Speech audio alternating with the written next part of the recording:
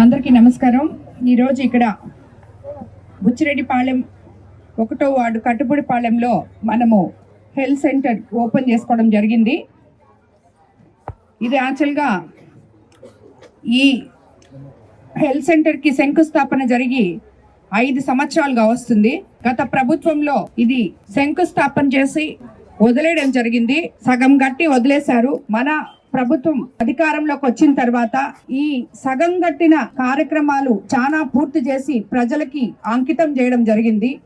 అందులో భాగంగానే ఈరోజు ఈ హెల్త్ సెంటర్ కూడా సగం గట్టి నిరుపయోగంగా ప్రజలకి పనికి రాకుండా ప్రభుత్వ ధనం దుర్వినియోగం చేసి సగంలో ఆపేసిన ఈ హెల్త్ సెంటర్ని ఈరోజు మన ప్రభుత్వం అధికారంలోకి వచ్చినాక ఏదైతే ప్రభుత్వ ధనం మనం ఒక పనికి వెచ్చిస్తున్నామో ఆ పనిని పూర్తి చేసి ప్రజలకి అంకితం చేయాలి అని ఒకే ఒక ఆశయంతో ఉన్న మన ఎన్డీఏ ప్రభుత్వం, ఉమ్మడి ప్రభుత్వం ఇటువంటివన్నీ కూడా మనం ప్రజల డబ్బులు వృధా కాకూడదని చెప్పి వాళ్ళు హెల్త్ సెంటర్లు లేక అవస్థలు పడుతూ ఇక్కడి నుంచి దూర తీరాలకు వెళ్లకుండా దీన్ని ఇక్కడ నిరుపయోగంగా పెట్టడం ఇష్టం లేక దీన్ని మనం పూర్తి చేసి ఈరోజు ప్రజలకి కట్టుబడిపాలెం ప్రజలకి అంకితం చేయడం జరిగింది. ఇక్కడ ఎంతో మంది పేద ప్రజలు ఉన్నారు.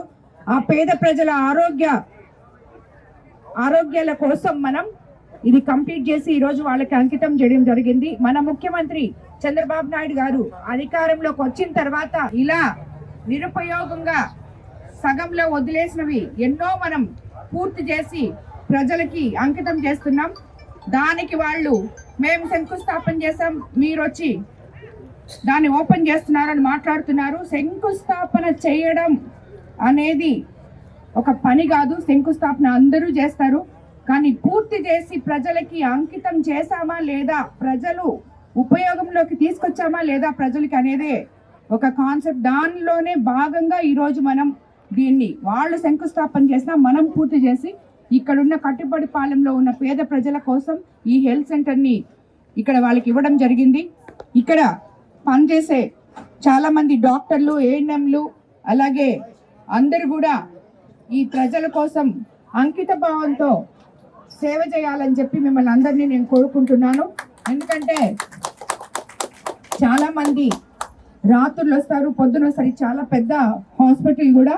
సో ఇది ప్రతి ఒక్కరికి డాక్టర్లు 24 గంటలు అందుబాటులో ఉండేటట్టు, అందరూ డాక్టర్స్ ఎప్పుడు ఇక్కడ ఒక డాక్టర్ 24 అవర్స్ అందుబాటులో ఉండేటట్టు చూసుకోండి.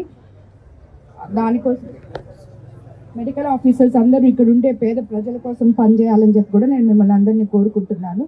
దీంట్లో ఇంకా ఎక్విప్మెంట్స్ అవన్నీ కూడా పెట్టలేదు, అవి కూడా కంప్లీట్ చేసి దీన్ని మీకు అందరికీ కూడా ఉపయోగంలోకి తీసుకురావాలని చెప్పి కూడా కోరుకుంటున్నాను. అందరికీ ధన్యవాదాలు.